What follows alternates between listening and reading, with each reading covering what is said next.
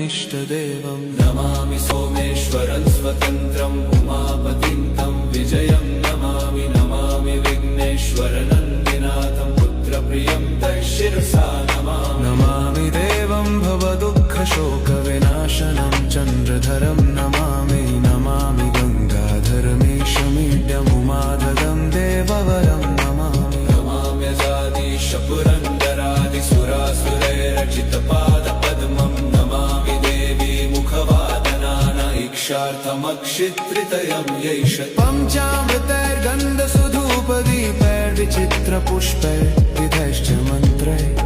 अन्नप्रकारैः सकलोपचारैः सम्पूजितं सोममहं Namami